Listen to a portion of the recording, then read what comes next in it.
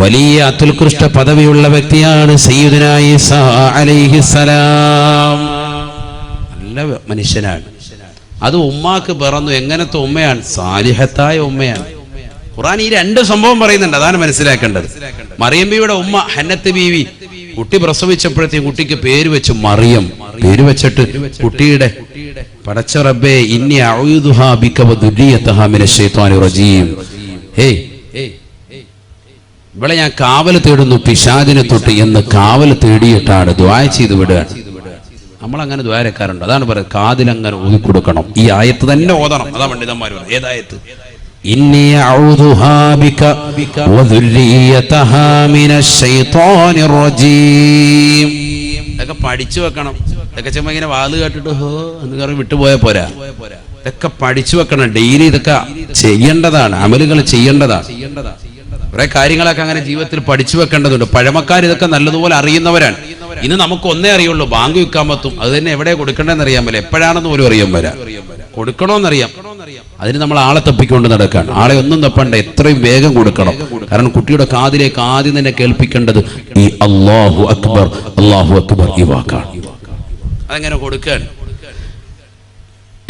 ബാങ്കും കൊടുത്തു, ഇഖാമത്തും കൊടുത്തു, ഇനി നിസ്കാരമുണ്ട്. അതെപ്പോഴാണ്? മരിച്ചു കഴിയുമ്പോ. ബാങ്കും ഇഖാമത്തും കൊടുത്തു കഴിഞ്ഞാൽ പിന്നെ ഉടനെ നടക്കാൻ പോകുന്നത് മയ്യിത്ത് നിസ്കാരാണ്. അല്ലേ? ബാങ്കും ഇഖാമത്തും കൊടുത്താൽ പിന്നെ നിസ്കരിക്കണ്ടേ? സാധാരണ രീതിയിൽ ബാങ്കും ഇഖാമത്തും കൊടുത്താൽ പിന്നെ പെട്ടെന്ന് അടുത്ത പരിപാടി എന്താണ്? നിസ്കാരാണ്. അഥവാ അത്ര സമയമേ ഉള്ളൂ ഈ ദുനിയാവിൽ. നിനക്കിനി അടുത്തത് മരണമാണ്. അതാണ് അത് കുറിക്കുന്നത്. കുട്ടി ജനിച്ചു കഴിഞ്ഞാൽ പിന്നെ വലതുവി വാദം കൊടുത്ത് ഇടതുവി ഇഖാമത്തും കൊടുത്തു കഴിഞ്ഞാൽ, ഇഖാമത്ത് കൊടുത്താൽ പിന്നെ എന്ത് വേണം? ഇമാമ് കയറി എന്നിട്ട് അല്ലാഹു അക്ബർ. ഇമാമും ജമാഅത്താണെങ്കിൽ ഒറ്റയ്ക്കാണെങ്കിൽ പുരുഷന്മാരെങ്കിലും ബാങ്ക് ഇഖാമത്ത് കൊടുത്താല് പിന്നെ പെട്ടെന്ന് കൈയിട്ട് നിയ്യത്ത് വെച്ചിട്ട് കൈയിട്ട് നിസ്കരിക്കാൻ. സ്ത്രീകളാണെങ്കിലോ ബാങ്കില്ല, ഇഖാമത്ത് മാത്രമേ ഉള്ളൂ. സ്ത്രീകൾക്ക് ഇഖാമത്താൻ വളരെ ശ്രദ്ധിക്കണം. സ്ത്രീകൾക്ക് ഇഖാമത്താൻ ഇതൊക്കെ ചെയ്യുന്നുണ്ടോന്ന് അല്ലാഹു അല. നമ്മൾ വീട്ടിൽ ഒറ്റയ്ക്ക് നിസ്കരിക്കാണ്, ബാങ്ക് ഇഖാമത്തും കൊടുക്കാറുണ്ടോ? നമ്മൾ എവിടെ കൊടുക്കും? അങ്ങോട്ട് നീയത്ത് വെച്ച് കഴിയിട്ട് ഒക്കെ. അതാ പറയുക, നമുക്കൊന്നും അറിയില്ല. തുടക്കത്തിൽ തുടങ്ങണം. ഇനി കുറെ പരിപാടിയുണ്ട്, കുറെ ക്ലാസ് കിട്ടാറുണ്ട്. ഇൽമു നമുക്ക് വളരെ കുറഞ്ഞു പോയി. കുറെ ജഗബോഗ കാണിക്കലല്ല, കുറെ ഇൽമു കിട്ടലില്ലാണ് കാര്യം. അള്ളാഹു തൗഫീഖ് തരട്ടെ. ഇൽമു കിട്ടിയില്ല പിന്നെ എന്താ കാര്യം? അതുകൊണ്ട് ഇൽമാകണമല്ലോ, ദുൽമാകരുത്, അക്രമമാകരുത്. കുറെ ഇൽമു കിട്ടിയില്ല, ഫായിദയില്ല. സ്ത്രീകൾക്ക് ഇഖാമത്ത് കൊടുക്കണം. ഒരു വഖത്ത് നിസ്കരിച്ചു, നീ സുബഹി നിസ്കരിച്ചു. ചിലര് കലാ വീട്ടുന്നുണ്ടാവും. അവന് ളുഹർ നിസ്കരിക്കാൻ കിടക്കാൻ അസർ ഉണ്ട്. ളുഹർ നിസ്കരിച്ചു, ഇനി അസർ നിസ്കരിക്കുമ്പോ വീണ്ടും ഇഖാമത്ത് പുതുക്കണം. ഇഖാമത്ത് കൊടുത്തിട്ട് അടുത്ത് നിസ്കരിക്കണം. അസറിന്റെ നിയ്യത്ത് വെച്ചിട്ട് വീണ്ടും നിസ്കരിക്കണം. ആരാ ശ്രദ്ധിക്കണം? നിയ്യത്ത് വെക്കുക, കൈയ്യട്ടുക. ഇഖാമത്ത് കൊടുത്തൊക്കെ സമയം കളയുന്നതിനാ. ഇതാണ് നമ്മുടെ അവസ്ഥ. നിർബന്ധമാണ് മുസ്ലിയാരെ? അതല്ല. പക്ഷെ ചെയ്യേണ്ട അമലുകൾ ചെയ്യേണ്ടതുപോലെ ചെയ്തെങ്കിലേ പ്രതിഫലം ഉണ്ടാവുള്ളൂ. പരിപൂർണമായ പ്രതിഫലം കിട്ടേണ്ട ഇതൊക്കെ വെറുതെ കാട്ടിക്കൂട്ടലല്ലോ ഇസ്ലാം. സ്ത്രീകൾ എത്ര പേരുണ്ട് ഇഖാമത്ത് കൊടുത്തിട്ട് നിസ്കരിക്കുന്നവർ? എത്ര ആളുകളുടെ ശ്രദ്ധിക്കുന്നവർ? സഹോദരിമാരൊന്നും അത് ശ്രദ്ധിക്കുന്നേ ഇല്ല. നിയ്യത്ത് പോലും വെക്കാതെ വെറുതെ കൈയ്യട്ടി നിസ്കരിക്കുന്ന എത്രയോ സഹോദരിമാരുണ്ട്. തറാവി നിസ്കരിക്കാൻ വേണ്ടി കൈയ്യട്ടി അങ്ങനെ നിസ്കരിക്കലല്ലേ, നിയ്യത്ത് തന്നെ ഇല്ല, ഫാത്തിഹ സൂറത്തില്ല. എന്താണ് നമ്മുടെയൊക്കെ ജീവിത ശൈലി? നഊദു ബില്ലാഹി, അല്ലാഹു കാക്കട്ടെ. കുട്ടി ജനിച്ചു കഴിഞ്ഞാൽ 7 കുട്ടിക്ക് വേണ്ടി അക്കീക്കയുടെ അറവുണ്ട്. ഒക്കെ ഞാൻ മുമ്പ് പറഞ്ഞിട്ടുള്ളതാണ് പള്ളികൾ, അതുകൊണ്ട് ഞാൻ ഓടിച്ചു പോവാൻ. അന്ന് തന്നെയാണ് പേരിടൽ കർമ്മം നടത്തുന്നത്. 2 വയസ്സെത്തിയ തന്നെ ആടിനെ വേണം, മാടിനെ വേണം അറക്കാൻ. ആൺകുട്ടിയാണ് ജനിച്ചത് എങ്കിൽ 2 ആട് സുന്നത്തുണ്ട്. പെൺകുട്ടിയാണ് ജനിച്ചത് എങ്കിൽ, നിനക്കുണ്ടായതെങ്കിൽ 1 ആട് സുന്നത്തുണ്ട്. ഇതൊക്കെ പഠിക്കേണ്ടതാണ്. അങ്ങനെയാണ് ശറഅ പഠിപ്പിച്ചിട്ടുള്ളത്. ഇനി അതല്ല, ഒരാൾക്ക് 1 ആടെ അറുത്തു കൊടുക്കാൻ സാധിക്കുള്ളൂ. ആൺകുട്ടിയാണ് ജനിച്ചത്, ആയിക്കോട്ടെ, അത് അറുത്തു കൊടുത്തോളൂ. അങ്ങനെ തന്നെ ചെയ്യും. ഒരു പോത്തിനെ അറുത്തു കൊടുക്കാൻ കഴിവുള്ളവനാണ്, പോത്തിനെ അറുത്തു കൊടുക്കട്ടെ, ബിസ്മില്ലാ ചെയ്തോട്ടെ. പക്ഷെ 2 വയസ്സെത്തിയിരിക്കണം. ഇതിന് രണ്ടിനും നമ്മുടെ നാട്ടിലുള്ളതാകുന്ന ആടും മാടും ഒക്കെ 2 വയസ്സെത്തിയതാണെന്ന് എങ്ങനെ അറിയൂ ഉസ്താദേ? അത് അതിന്റെ കച്ചവടക്കാരോട് ചോദിക്കുക. കളവ് പറഞ്ഞാൽ അവനെ കാലെ കെട്ടിയിട്ട് പടച്ചോ ശിക്ഷിച്ചോളൂ. കളവ് പറയുന്ന ആളുകൾ അനവധിയാണ് ആ വിഷയത്തിൽ. നഊദു ബില്ലാഹി, അല്ലാഹു ആക്കട്ടെ. ഉളുഹിയ്യത്തിന്റെയും മറ്റും ആടുമൊക്കെ പോത്തിനെയൊക്കെ വാങ്ങാൻ പോകുമ്പോൾ ചോദിക്കാണ്ട് ഇതെങ്ങനെയാണെന്ന് ചോദിച്ചു കഴിഞ്ഞാൽ വയസ്സെത്തിയതോ ഡയറി ആയിട്ട് എടുത്തോ. കാരണം കച്ചവടം നടക്കാൻ വേണ്ടി കളവ് പറയുന്നവർ ധാരാളം ആളുകളുണ്ട്. അവരെ അശ്രദ്ധ പതിപ്പിച്ചുകൊണ്ടാണ് പറയുന്നത്. വളരെ ഗൗരവമുള്ള വിഷയമാണ്. അറിവില്ല എങ്കിൽ അറിവില്ല എന്ന് പറയണം. അറിവുണ്ട് എങ്കിൽ അതനുസരിച്ചിട്ടേ കച്ചവടം ചെയ്യാവുള്ളൂ. കച്ചവടത്തിൽ കൃത്രിമത്വം കാണിച്ചാൽ അദാബാണ്. അല്ലാഹു ആക്കട്ടെ. അക്കീക, എന്റെ മകൻ മുഹമ്മദിന്റെ പേരാണോ അവരുടെ പേര്, ആ പേരിട്ടിട്ട് എന്റെ മകൻ ഇന്ന ആളുടെ സുന്നത്തായ അക്കീക്കയാണിത് എന്ന് കരുതി നിയ്യത്ത് ചെയ്തിട്ട് വേണം അറവ് നടത്താൻ. ഇസ്മിദല്ലി, മുസ്ലിമായ വ്യക്തി അറവ് നടത്തുന്നു. വാപ്പ തന്നെ കഴിയുമെങ്കിൽ അറവ് നടത്തി, ഇല്ലെങ്കിൽ ഒരാളെ ഏൽപ്പിക്കൻ. ചെയ്യുന്നവൻ ആരായിരുന്നാലും മുസ്ലിം ആയിരിക്കണം. വളരെ ശ്രദ്ധിക്കേണ്ടതാണ്. അറവ് വെട്ടുന്നവനൊക്കെ മിക്ക ആളുകളും, അറവ് അഥവാ അറക്കുന്ന മിക്ക ആളുകളും ചിലപ്പോൾ അമുസ്ലിമുകൾ ഉണ്ടാകും. അവരെ കൊണ്ട് അറപ്പിക്കാൻ പാടില്ല. അറവ് ശ്രദ്ധിക്കണം. അറവ് മുസ്ലിം ആയിരിക്കണം. വളരെ ശ്രദ്ധിക്കേണ്ടതാണ്. ബഹുമാനപ്പെട്ട ഇമാം ഗസാലി റഹ്മത്തുള്ളാഹി അലൈഹി പറയുന്നു, കുട്ടിക്കോടുള്ള കടമയിൽ രണ്ടാമത്തത്, കുട്ടി ജനിച്ചു എന്നറിഞ്ഞാൽ മധുരം നൽകലാണ്. അത് അദ്ദേഹം പറഞ്ഞൊരു കാര്യമാണ്. മധുരം നൽകുക. അന്നത്തെ ദിവസം തന്നെ നമ്മൾ എല്ലാവർക്കും അത് സാധാരണ കൊടുക്കാറുണ്ട്. മിഠായി, ലഡു എന്തെങ്കിലും നമ്മൾ നൽകും സന്തോഷത്തിൽ. ആൺകുട്ടിയാണോ പെൺകുട്ടിയാണോ ജനിച്ചത്, ഏതായിരുന്നാലും നമ്മൾ സന്തോഷം വെക്കുക. ആൺകുട്ടിയാണ് ജനിച്ചതിൽ അമിത ആഹ്ലാദം വേണ്ട, പെൺകുട്ടിയാണ് ജനിച്ചതിൽ അമിത ദുഃഖവും വേണ്ട. അത് ഒന്നാമത്തെ കണ്ടീഷനാണ്. 2, മധുരം നൽകുക. മൂന്നാമത്തത്, കുട്ടിക്ക് നല്ല പേരിട്ട് കൊടുക്കുക. അവനെ ബാങ്കും ഇക്കാമത്തും കൊടുക്കുക. മൂന്നാമത്തതാണ് ബാങ്കും ഇക്കാമത്തും കൊടുക്കുക. നേരത്തെ പറഞ്ഞതുപോലെ വലത് കാതിൽ ബാങ്കും ഇടത് കാതിൽ ഇക്കാമത്തും. നാലാമത്തത് അദ്ദേഹം പറയുന്നു, കുട്ടിക്ക് നല്ല പേരിട്ട് കൊടുക്കുക. മനോഹരമായ പേര് കുട്ടിക്ക് നൽകുക അനിവാര്യമാണ്. അഞ്ചാമത്തത്, കുട്ടിക്ക് ദീൻ നൽകുക. ഉടനെയല്ല, കുട്ടി വളർന്ന് വലുതാകുമ്പോൾ ദീൻ കൊടുക്കുക. അവൻ അദബ് ശീലിപ്പിക്കുക. കുട്ടിയെ ചെറുപ്പം മുതലേ അദബ് ശീലിപ്പിക്കണം. ബഹുമാനപ്പെട്ട അലി റളിയല്ലാഹു അൻഹു പറഞ്ഞു, 3 കാര്യങ്ങൾ വളരെ ഗൗരവത്തിലെടുക്കേണ്ട വിഷയമാണ്. അദ്ദേഹം പറഞ്ഞു, 1 വയസ്സ് മുതൽ 7 വയസ്സ് വരെ, അഥവാ കുട്ടി ജനിച്ചത് മുതൽ 7 വയസ്സ് വരെ മാതാപിതാക്കൾ കുട്ടികളോടൊപ്പം കളിക്കണം. ലാഇബുഹും സബ്ആ, അലി റളിയല്ലാഹു അൻഹുവിന്റെ വാക്കാണ്. 7 വയസ്സ് വരെ കുട്ടിയോടൊപ്പം വാപ്പയും ഉമ്മയും ശരിക്ക് കളിതമാശയിൽ ഏർപ്പെടണം. അവനെ കളിപ്പിക്കുക, പന്ത് കളിപ്പിക്കുക, മറ്റു കാര്യങ്ങളൊക്കെ. ആ സമയത്ത് ഉസ്താദെ, പ്രതിമകൾ അനുവദനീയമാണോ? ചെറിയ രീതിക്കുള്ള പ്രതിമകളൊക്കെ വെച്ചിട്ട് ചിലപ്പോൾ നമ്മൾ കളിപ്പാട്ടങ്ങൾ വെച്ച് കൊടുക്കും. അത് അനുവദനീയമാണോ? പറ്റുന്നതാണ്. കുറേ പേരുടെ സംശയങ്ങളുടെ ഒരു ഉത്തരമാണ് ഈ വാത് കേട്ടോ. ചില ആളുകൾ ഒരുപാട് ക്വസ്റ്റ്യൻ ചോദിച്ചിട്ടുണ്ട്. അതിനുള്ളൊരു ഉത്തരമാണ് ഈ നൽകുന്നത്. പ്രത്യേകിച്ച് സഹോദരിമാർ, കളിപ്പാട്ടങ്ങൾ കൊടുക്കാൻ പറ്റുമോ കുട്ടികൾക്ക്? കളിപ്പാട്ടം കൂടെ അവരുടെ പ്രായം അതാണ്. സ്വർണം നൽകാൻ പറ്റുമോ പുരുഷന്മാർക്ക്? വകതിരി വെത്തുന്നത് വരെ കൊടുക്കാമെന്ന് പറഞ്ഞ പണ്ഡിതന്മാർ ഷാഫി മദ്ഹബിലുണ്ട്. കുട്ടിക്ക് വകതിരി വെത്തുന്നൊരു പ്രായം വരെ, അതുപോലെ 5 വയസ്സ് വരെ 6 വയസ്സ് വരെയൊക്കെ ആൺകുട്ടികൾക്ക് സ്വർണം ധരിപ്പിക്കുക. അതാണല്ലോ മസല. സ്വർണം ധരിപ്പിക്കാൻ പറ്റുമോ കുട്ടിക്ക്? നമ്മൾ കയ്യിൽ ചെയിനിട്ട് കൊടുക്കുമല്ലോ, കാല് കെട്ടി കൊടുക്കും, വള സ്വർണത്തിന്റെ തള കെട്ടിയിട്ട് കൊടുക്കും. പറ്റുമോ? പറ്റും. ഒരു 5-6 വയസ്സ് വരെ പറ്റുമെന്നാണ് പണ്ഡിതന്മാര്. ആൺകുട്ടികളുടെ, പെൺകുട്ടികളെ എന്തായാലും പറ്റും. ഇലാ യൗമുൽ ഖിയാമ പറ്റും. പക്ഷെ അന്ന് അമിതമാക്കണ്ട. ചിലർ നെഞ്ചത്ത് വലിയൊരു സംഭവം, കയ്യിൽ 2 കയ്യിലും ഉണ്ട്, കഴുത്തേലും ഉണ്ട്, ചെവിയിൽ ഒന്നായിട്ട് അങ്ങ് ഇട്ട് കൊടുത്തില്ല. അങ്ങനെ വേണ്ട. ഇപ്പൊ ഏറ്റവും വലിയ അപകടം ഉള്ളത് സ്വർണം പരമാവധി പുറത്ത് കാണിക്കുന്നതാണ് ഏറ്റവും വലിയ അപകടം. പ്രത്യേകിച്ച് കുട്ടികളെ തട്ടിക്കൊണ്ടുപോക്ക് ഇപ്പൊ വല്ലാതെ വർദ്ധിച്ചിരിക്കുകയാണ്. അവരുടെ കിഡ്നി എടുക്കുക, ലിവർ എടുക്കുക, പല പരിപാടികളുണ്ട്. ഒന്നുമില്ലെങ്കിലും സൂപ്പ് വെച്ചെങ്കിലും കുടിക്കുന്ന കൗമാണുള്ളത്. അതുകൊണ്ട് കുട്ടികളെ ശ്രദ്ധിച്ചോളുക.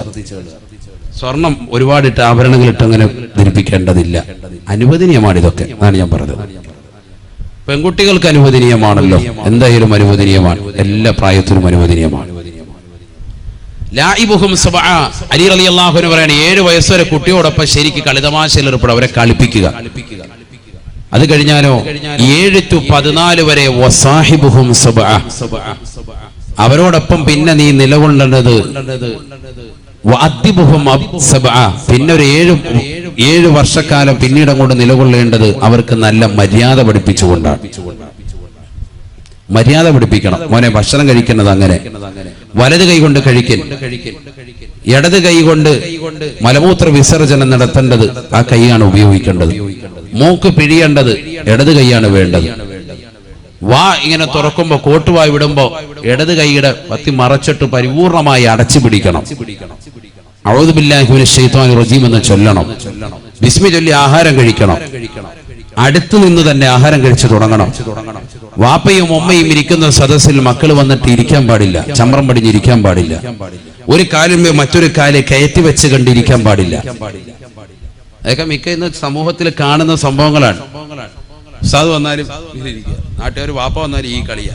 ഒരു കാര്യം മറ്റേ കാര്യം വെച്ചിട്ടിരിക്കുക. കളി ഉസ്താദെന്നല്ല, എവിടെ ആയാലും പാടില്ലല്ലോ.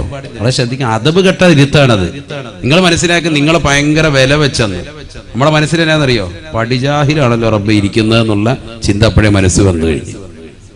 നമ്മൾ ഇന്ന് കണ്ടത് പടിജാഹിലിനെയാണല്ലോ അള്ളാഹ്. ഈ ചിന്തയോടുകൂടി അങ്ങോട്ട് വരിക. നിങ്ങളോർക്ക് ഉസ്താദ് ഞെട്ടിയിട്ടുണ്ട്, നമുക്ക് നല്ലപോലെ മനസ്സിലായിട്ടുണ്ട്.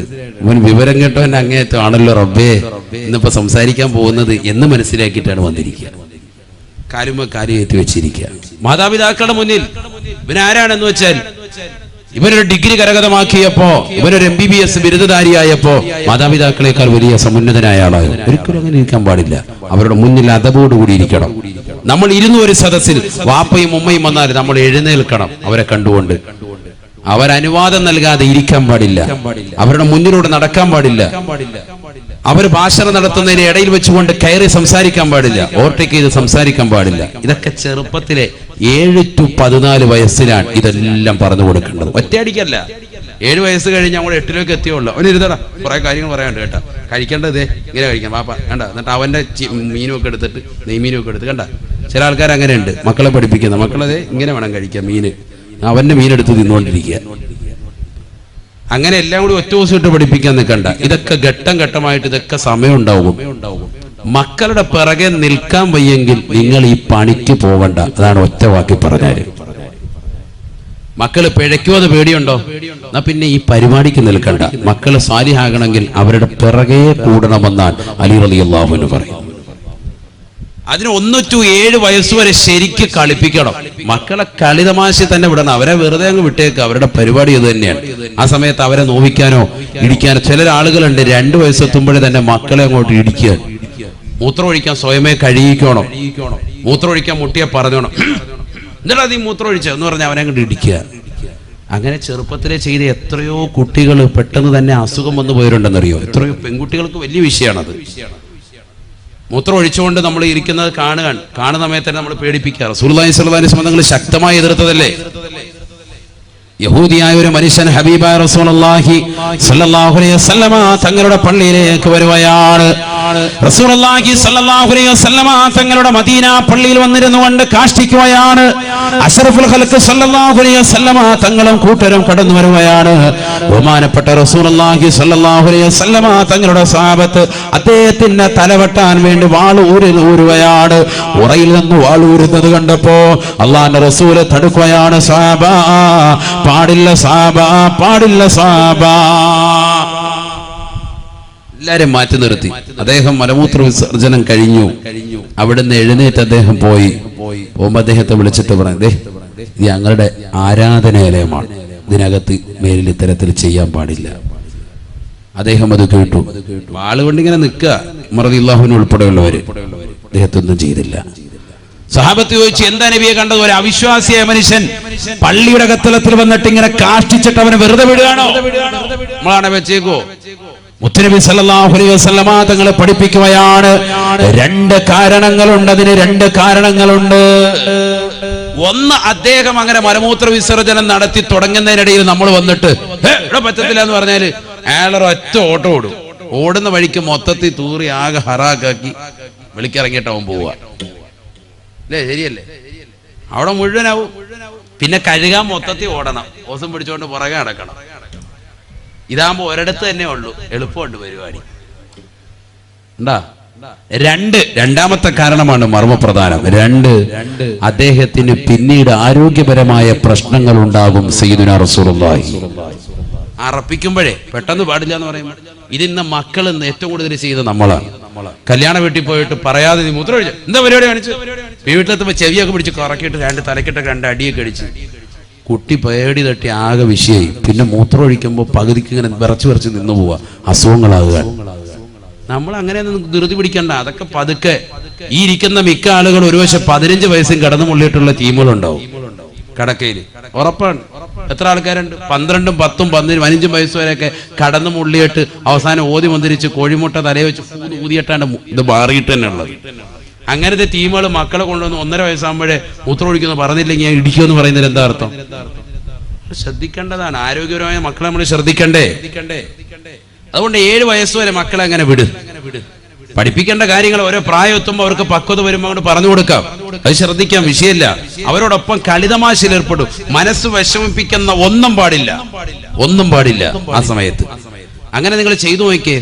കുട്ടികൾക്ക് ഭയങ്കര സ്നേഹമാണ്. വാപ്പായും ഉമ്മയും പിന്നെ അവരെ ഒന്നും വിടൂല. നമ്മൾ 7 വയസ്സ് വരെ ശരിക്കും അങ്ങനെ നിന്ന് നോക്ക്. വാപ്പായും ഉമ്മയും അവർ വിടൂല.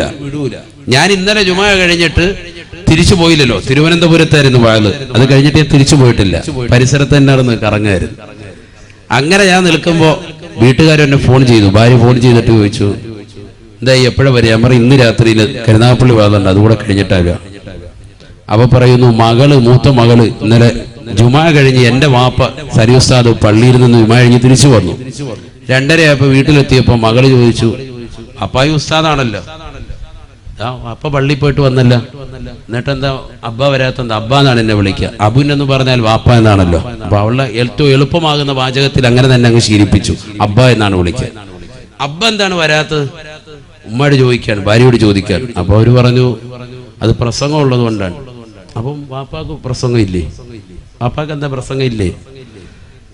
അതായത് കൊച്ചുകുട്ടിയുടെ കാരണം എന്തുകൊണ്ടാണ്? നമ്മൾ കുറച്ച് ദിവസങ്ങളെ ഉള്ളൂ എങ്കിലും നമ്മളോടുള്ള ഒരു സ്നേഹം അവരുടെ മനസ്സിലങ്ങനെ നിറഞ്ഞു നിൽക്കുക. അതുകൊണ്ട് തന്നെ അവർ കുറച്ച് സമയം നമ്മളെ കാണാതാകുമ്പോ പള്ളിയിൽ നിന്ന് മറ്റുള്ളവരൊക്കെ വന്നിട്ട് പോലും എന്റെ വാപ്പ എന്തുകൊണ്ട് വന്നില്ല എന്നുള്ള ചിന്ത അവരുടെ മനസ്സിലേക്ക് പെട്ടെന്ന് കടന്നു വരിക. അവരുടെ മനസ്സിൽ അതാണ് ചിന്ത. എന്തുകൊണ്ട് മറ്റുള്ളവരൊക്കെ പള്ളിയിൽ നിന്ന് വന്നിട്ടും എന്റെ വാപ്പ എന്തുകൊണ്ട് വന്നില്ല? അതാണ് ചിന്തിക്കേണ്ടത്. നമ്മൾ കൊടുക്കുന്ന സ്നേഹം എത്രത്തോളം ഉണ്ടോ അതിനനുസരിച്ച് തിരിച്ചും കിട്ടും. അങ്ങനെയാണ് മക്കൾ. എന്റെ ജീവിതത്തിൽ കൂടുതൽ അവരെ കിട്ടൂല. കാരണം നമ്മൾ ഈ വാതിന് വേണ്ടി ഇങ്ങനെ ഓട്ടമാണ്. ഇപ്പൊ ഇന്നിപ്പോ രാത്രി ചെന്നാല് കുട്ടികൾ എന്തായാലും ഉറക്കമായിരിക്കും. രാവിലെ കുട്ടികൾ എഴുന്നേൽക്കുമ്പോൾ ചിലപ്പോൾ ഞാൻ സുബഹി കഴിഞ്ഞിട്ട് ചിലപ്പോൾ ഇച്ചിരി നേരം ഉദയം കഴിയുമ്പോൾ ചിലപ്പോൾ കടക്കും. ആ സമയത്ത് ഇനി കടക്കാൻ പറ്റുള്ളൂ. സുബഹി എടുത്തോട്ട് ഇനി ചെല്ലുക. അപ്പൊ എന്തായാലും ഒരു 11 മണിയാകുമ്പോൾ എഴുന്നേറ്റ് കഴിഞ്ഞാൽ പിന്നെ എനിക്ക് പോകേണ്ട ട്രെയിനായി. നാളെ എനിക്ക് പുതിയകാവ് എന്ന് പറയുന്ന കരുനാഗപ്പള്ളിയിലല്ല, പുതിയകാവ് എന്ന് പറയുന്നതുകൊണ്ട് സ്ഥലമുണ്ട്. തൃശ്ശൂർ ജില്ലയിലെ കയ്പമംഗലത്തിനടുത്തുള്ള പ്രദേശമാണ്. അവിടെയാണ് നാളത്തെ വാഴ്. അപ്പൊ ഇവിടുന്ന് ഒരു 5 മണിക്കൂർ ട്രാവൽ ഉണ്ട്. നാളെ എനിക്ക് അങ്ങോട്ട് പോകണം. മറ്റന്നാൾ പിന്നെ അവിടുന്ന് എനിക്ക് വെളിയങ്കോട് ഉമർ ഖാദി റളിയല്ലാഹുവിന്റെ മക്കാമിന്റെ പരിസരത്താണ് പ്രഭാഷണമുള്ളത്. അപ്പൊ അവിടുന്ന് അങ്ങോട്ട് പോകണം. ഇങ്ങനെ ഓട്ടം കഴിഞ്ഞ് എല്ലാം വരുന്നത് വ്യാഴാഴ്ച ആയിരിക്കും വരുന്നത്. വന്നു കഴിഞ്ഞ് വെള്ളിയാഴ്ച രാവിലെ പിന്നെ നേരെ ഇങ്ങോട്ട് വരികയാണ്. ഇങ്ങനെ പലപ്പോഴും മക്കളുമായിട്ടുള്ള സംവാദം വളരെ കുറവാണ് കിട്ടാറുള്ളത്. എങ്കിലും പരമാവധി ശ്രദ്ധിക്കാറുണ്ട്. ഞാൻ പറഞ്ഞു വന്നത്, നമുക്ക് കിട്ടുന്ന സമയം നമ്മളെപ്പോഴും വീട്ടിൽ തന്നെ ഉണ്ട്, നാട്ടിൽ തന്നെയുണ്ട്. ജോലി കഴിഞ്ഞ് അന്നന്ന് വീട്ടിൽ വരാനുള്ള സാഹചര്യമാണ് ഇരിക്കുന്ന അധികം ആളുകൾക്കുള്ളത്. എന്നിട്ടും നമ്മുടെ മക്കൾ ഒളിച്ചോടി പോവുകയാണെങ്കിൽ അല്ലാഹു നമ്മളെ കാത്തുരക്ഷിക്കട്ടെ. മക്കളെ ശരിക്ക് സ്നേഹം കൊടുക്കുക. അതാണ് അലി റളിയല്ലാഹു പറഞ്ഞ വാക്കതാണ്.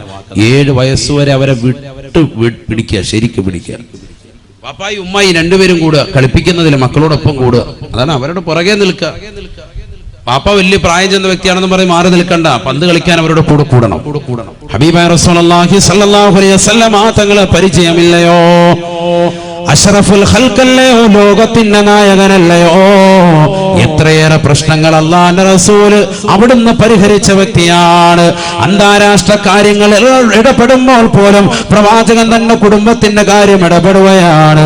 ബഹുമാനപ്പെട്ട ഹസൻ ഹുസൈൻ റളിയല്ലാഹു അൻഹും ആരാണവർ? മുത്തുനബിയുടെ അനുയായികളല്ലയോ? അല്ലാഹുവിന്റെ റസൂലിൻ്റെതാകുന്ന മക്കളല്ലയോ? ആ കൊച്ചുമക്കളെ റസൂലുള്ളാഹി സ്വല്ലല്ലാഹു അലൈഹി വസല്ലം തങ്ങൾ അവരെ തോളിലിരുത്തിക്കൊണ്ട് കളിപ്പിക്കുകയാണ്. ബഹുമാനപ്പെട്ട ഉമർ റളിയല്ലാഹു തആല ഒരിക്കൽ അവരെ കാണുകയാണ്. അല്ലാഹുവിന്റെ റസൂലിനെ കാണുമ്പോ റസൂലുള്ള തലയിൽ ഇരുത്തിക്കൊണ്ട് കുതിര കളിപ്പിക്കുകയാണ്.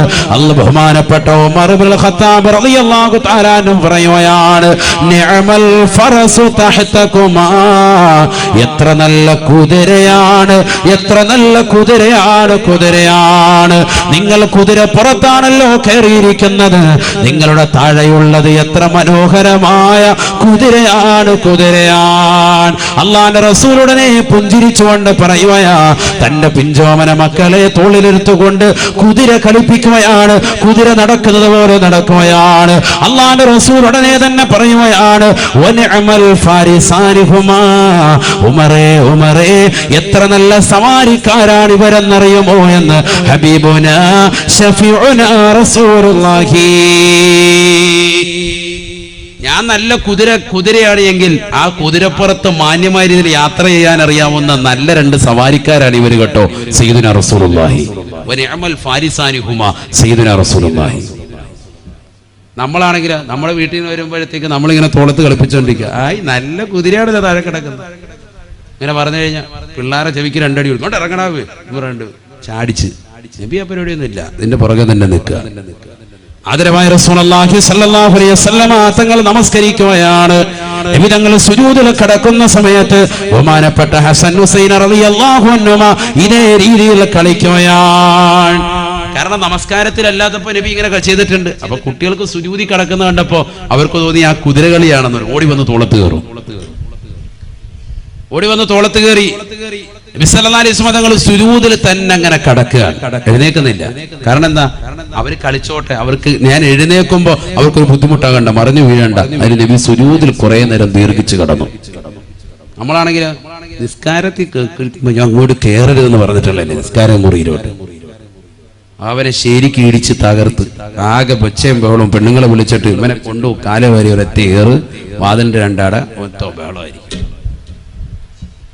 ഇതാണ് കാരുണ്യം സയ്യിദുനാ റസൂലുള്ളാഹി. മനസ്സിലാക്കണം. അഖ്റാ ബിൻ ഹാബിസ് റളിയല്ലാഹു തആല അൻഹു അറിയില്ലയോ സ്വഹാബിയാണ്, കാട്ടറബിയായ മനുഷ്യനാണ്. അല്ലാഹുവിന്റെ റസൂലിന്റെ ചാരത്തേക്ക് വരുമ്പോ റസൂലുള്ളാഹി 2 മക്കളെയും കൊച്ചുമക്കളെയും എടുത്തു വെച്ചുകൊണ്ട് ചുംബിക്കുകയാണ്. അഖ്റാ ബിൻ ഹാബിസ് റളിയല്ലാഹു അൻഹുവിന്റെ മനസ്സ് വല്ലാതെ പതറിപ്പോയാണ്. നബി തങ്ങളോട് പറയുകയാണ്, യാ റസൂലല്ലാഹ് ഇന്നലി അശറതൻ മിനൽ ഔലാദ് മാ ഖബ്ബൽതു വാഹിദൻ മിൻഹും. 10 മക്കളുണ്ട് റസൂലേ, എനിക്ക് ഒരൊറ്റ കുട്ടികളെ പോലും ഞാൻ ചുംബിച്ചിട്ടില്ല റസൂലേ, ഞാൻ ഇന്ന് വരെ ചുംബിച്ചിട്ടില്ല. മക്കളെ ചുംബിക്കുന്നത് കണ്ടപ്പോ അത് പാടില്ല എന്ന് മനസ്സിലാക്കിക്കൊണ്ട് പറഞ്ഞതായ സ്വഹാബിയോട് അല്ലാഹുവിന്റെ റസൂൽ പറയുകയാണ്, ഇന്നഹു ലാ യർഹം അല്ലാ യുർഹം. കുട്ടികളോട് കാരുണ്യം ചൊരിയണേ, അവരോട് കാരുണ്യം ചൊരിയാത്ത കാലത്തോളം അവരിൽ നിന്നും ലോകത്തിന്റെ നായകൻ പറയുകയാണ്, അല്ലാഹുവിൽ നിന്നും കാരുണ്യം നിങ്ങൾ പ്രതീക്ഷിക്കേണ്ടതില്ല.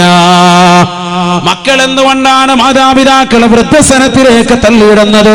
മക്കൾക്ക് ചെറുപ്പത്തിൽ നിങ്ങൾ സ്നേഹം പകരാത്തത് കൊണ്ടാ, അവർക്ക് കൊടുക്കേണ്ട സ്നേഹം മാന്യമായി നൽകാത്തത് കൊണ്ടാണ് എന്ന് ഹബീബുനാ ശഫീഉനാ റസൂലുള്ളാഹി അലി റളിയല്ലാഹു തആല പറയുകയാണ്, 7 വയസ്സ് വരെ മക്കളോടൊത്തുകൊണ്ട് നിങ്ങൾ നിലകൊള്ളണേ, അവരെ കളിപ്പിച്ചുകൊണ്ട് നിലകൊള്ളണേ. പിന്നീടുള്ള 7 വയസ്സ് അവർക്ക് അദബ് പഠിപ്പിക്കേണ്ടതായ സമയമാണ്, മര്യാദ പഠിപ്പിക്കേണ്ട സമയമാണ്. മുതിർന്നവരെ ബഹുമാനിക്കാൻ, മലമൂത്ര വിസർജന മര്യാദകൾ, ഭക്ഷണം കഴിക്കുന്ന മര്യാദകൾ, ആലിമീങ്ങളെ ബഹുമാനിക്കേണ്ടത്, മുതിർന്നവരെ ബഹുമാനിക്കേണ്ടത്, ഏതൊക്കെയാകുന്ന മര്യാദകളുണ്ടോ അതെല്ലാം തന്നെ പഠിപ്പിച്ചു കൊടുക്കേണ്ട സമയമാണ് എന്ന് അലി റളിയല്ലാഹു അൻഹു 14 വയസ്സ് മുതൽക്ക് പിന്നീടുള്ള 7 വയസ്സ് കാലഘട്ടം 21 വയസ്സ് വരെ വസാഹിബുഹും സബആ, നിങ്ങളുടെ മക്കളോടൊപ്പം ഉണ്ട്, നിങ്ങൾ കൂട്ടുകാരെ പോലെ ഫ്രണ്ട്ഷിപ്പായി പെരുമാറണേ എന്ന് ഹബീബുനാ ശഫീഉനാ റസൂലുള്ളാഹി. 10ാം ക്ലാസ്സിൽ പഠിക്കുന്നതായ പെൺകുട്ടിയല്ലയോ 14 വയസ്സ് മുതൽ 15 വയസ്സ് വരെ എത്തുന്നത്? അവരെ ശൂലമടിക്കുന്ന പ്രായമാണ്, അവരെ കൂകി വിളിക്കുന്ന പ്രായമാണ്, അവരുടെ മക്കനെ തട്ടിപ്പറിക്കുന്ന പ്രായമാണ്, അവളുടെ വണ്ടിയുടെ പിന്നാമ്പുറത്തെ കയറ്റാൻ വേണ്ടി മുഖാമുഖന്മാര് വിളിക്കുന്നതായ സമയമാണ്. ഫ്രണ്ട്ഷിപ്പായി നിലകൊണ്ടാൽ അവൾ വീട്ടിൽ വന്നുകൊണ്ട് പറയാൻ ഉപകരിക്കുമേ എന്ന് അലി റളിയല്ലാഹു അൻഹു. 14 മുതൽ 21 വയസ്സ് വരെ നിങ്ങൾ എന്ത് ചെയ്യണം? അവരെ പരിപൂർണമായി ഫ്രണ്ട്ഷിപ്പിൽ നിലനിർത്തണം. എത്ര കുടുംബങ്ങളുണ്ട് അങ്ങനെ? ഉമ്മ ഭയങ്കര ഫ്രണ്ട്ഷിപ്പ്, വാപ്പ ഫ്രണ്ട്ഷിപ്പ് ഉണ്ട്, കാര്യങ്ങളൊക്കെ ചോദിക്കുന്നു. സ്കൂളിൽ പോയ മോളെ ഇങ്ങനെ ഉണ്ടായിരുന്നു, സൗകര്യം, അതൊക്കെ ചോദിക്കണം മക്കളോട്. മക്കളൊരു വസ്ത്രം ഇട്ട് കണ്ടു കഴിഞ്ഞാല് പുതുവസ്ത്രമാണ്, വാപ്പ വാങ്ങിച്ചു കൊടുത്തു, ഉമ്മ പറഞ്ഞിട്ട് വാങ്ങിയതാണ്, വാപ്പായും ഉമ്മായും കൂടി വാങ്ങി വീട്ടിൽ കൊണ്ടുവന്നു. മകൾ അത് ഇട്ട് കാണുമ്പോ വാപ്പ പറയണം, സൂപ്പർ, തമാം, യാ അല്ലാഹ്, അടിപൊളി. അപ്പൊ സന്തോഷത്തോട് പറയണം, അല്ല മൊബൈൽ നോക്കിയിട്ട് കൊള്ളാം കേട്ടോ, സമയമില്ല, ആ പരിപാടി പറ്റൂല. വിളിച്ചടുത്ത് നിർത്തിയിട്ട് നെറ്റിയിൽ ഒരു ഉമ്മ ഒക്കെ കൊടുത്തിട്ട്, കൊള്ളാം എന്റെ മോള് നല്ല സുന്ദരിയാ, സൂക്ഷിക്കണം കേട്ടാ, എല്ലാവരും കൊത്തിക്കൊണ്ട് പോരുത്, ശ്രദ്ധിച്ചോണം, വാപ്പാടെ കരളാണ് എന്നൊക്കെ ഒന്ന് പറഞ്ഞേക്കണം. അപ്പൊ അവൾക്ക് മനസ്സിലായി എന്റെ വാപ്പ എന്നെ വല്ലാതെ കെയർ ചെയ്യുന്നുണ്ട്, ഞാൻ ഒന്ന് ശ്രദ്ധിക്കണം. നമ്മൾ തന്നെ സൗന്ദര്യം ഒന്ന് പുകഴ്ത്തിയേക്കണം. ഈ സൗന്ദര്യം നമ്മൾ പുകഴ്ത്താത്തത് കൊണ്ട് പുകഴ്ത്തൽ പുറത്തുനിന്ന് കിട്ടുക. അവിടെയാണ് വിഷയം.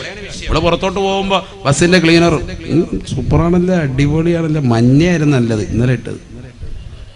ഇവള് പിറ്റേ ദിവസം തന്നെ ആ മഞ്ഞ ഇട്ടുകൊണ്ട് വരികയാണ്. അപ്പോൾ ഇവളിങ്ങനെ കാണിക്കും, ചിണിങ്ങിയെ കാണിക്കും, മഞ്ഞ. പിറ്റേ ദിവസം നോക്കുമ്പോ കിളി നോക്കുമ്പോ ഉണ്ട് അയാളുടെ കിളി പോയി, നോക്കിയപ്പോ ഉണ്ട് മഞ്ഞ ഇട്ടുകൊണ്ട് വന്നിരിക്കുക. ഇതാ കളി. കാരണം എന്താ? വീട്ടിൽ നിന്ന് കിട്ടാത്ത സ്നേഹം നാട്ടിൽ നിന്ന് കിട്ടുകയാണ്, പുറത്തുനിന്ന് കിട്ടുക. ഇതാണ് സമൂഹത്തിൽ നടക്കുന്നത്, റിയലായി നടക്കുന്ന സംഭവമാണ്. അതേസമയത്ത് ഉമ്മാട് ഫ്രണ്ട്ഷിപ്പ് ഉണ്ടെങ്കിലോ, വീട്ടിൽ തിരിച്ചു വന്നിട്ട് പറയുന്നേ ഞാൻ പിന്നെ ബസ്സിലെ അയാള് അത് കൊള്ളാന്ന് പറഞ്ഞു. ഉമ്മാട് എന്തും തുറന്നു പറയും, ഫ്രണ്ട്സാണ് എന്തും തുറന്നു പറയും, സഹോദരങ്ങളും പറയും. അതിനൊന്നും ഒരു മടിയില്ല. കൂട്ടുകൂടണം, മക്കളോട് നല്ലതുപോലെ കൂട്ടുകൂടണം. നന്മയുടെ കാര്യത്തിൽ ഒരുമിച്ചിരുന്നുകൊണ്ട് ഭക്ഷണം കഴിക്കണം, തീന്മേശയിൽ ഒരുമിച്ചിരുത്തണം, മക്കളെയൊക്കെ ഒരുമിച്ചിരുത്തിയിട്ട് ഭക്ഷണം കഴിക്കണം. അല്ലാതെ അവരെല്ലാം കഴിച്ചോട്ടെ, അങ്ങനെയല്ല. മക്കളെല്ലാം ഒരുമിച്ചിരുത്തിയിട്ട് അപ്പൊ എന്നെ എന്നാ മോനെ വിളമ്പടാ, ബിസ്മില്ലാ, ഇതാ കറിയും കിടക്ക്, ഉമ്മയും വാ ഇടോ, നീ വന്നിരുന്നു, സമയം കളയണ്ട, ബാ കഴിക്ക്, ഒരുമിച്ചിരിക്ക് എന്ന് പറഞ്ഞിട്ട് അങ്ങനെ ഇരുത്തി അങ്ങനെ ഒന്ന് ഭക്ഷണം കഴിപ്പിച്ചു വയ്ക്കുക. ഇത് നമ്മളിരിക്കൂല. മക്കളെല്ലാം പീസും തീർത്ത് ലാസ്റ്റിന് വാപ്പ നോക്കുമ്പോ കോഴിക്കാല് കിട്ടിയില്ല, എവിടെ പോയി, പിന്നെ അതിനെ ചൊല്ലി അടിയ ഹയവാൻ ഇന്ന് അതും തീർത്ത്. വീട്ടുകാർക്കാണ് ഒന്നുമില്ല, ഭാര്യയ്ക്ക് ഒരു കഷ്ണം പോലും ഇല്ല. എന്തിനാ അങ്ങനെ?